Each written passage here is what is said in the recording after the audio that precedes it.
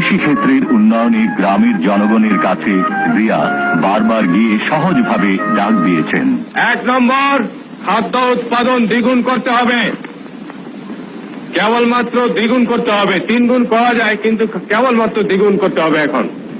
2 নম্বর, সমস্ত রাস্তার 2 ধারে ফলের গাছ লাগাতে হবে এবং রাস্তার 2 পাশে ঢালুতে শাকসবজি চাষাবাদ করতে হবে। সমস্ত পুকুরে মাছের চাষ করতে হবে। প্রত্যেক ঘরে ঘরে হাঁস মুরগির খামার করতে হবে। এই গ্রামে প্রত্যেকটি লোক, মেয়ে লোক কাজে ব্যস্ত থাকবে। মেয়েরা ঘরে কুটির শিল্প করবে এবং তাদের পরিবারের আয় বৃদ্ধি করবে।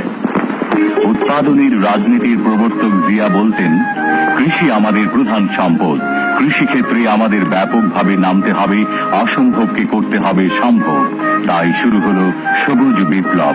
পল্লী উন্নয়ন পরিষদ হলো গঠিত।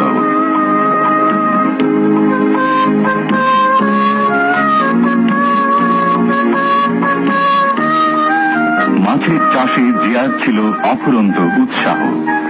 গবাদি পশুর উন্নয়ন প্রকল্পেও ছিল তার আগ্রহ।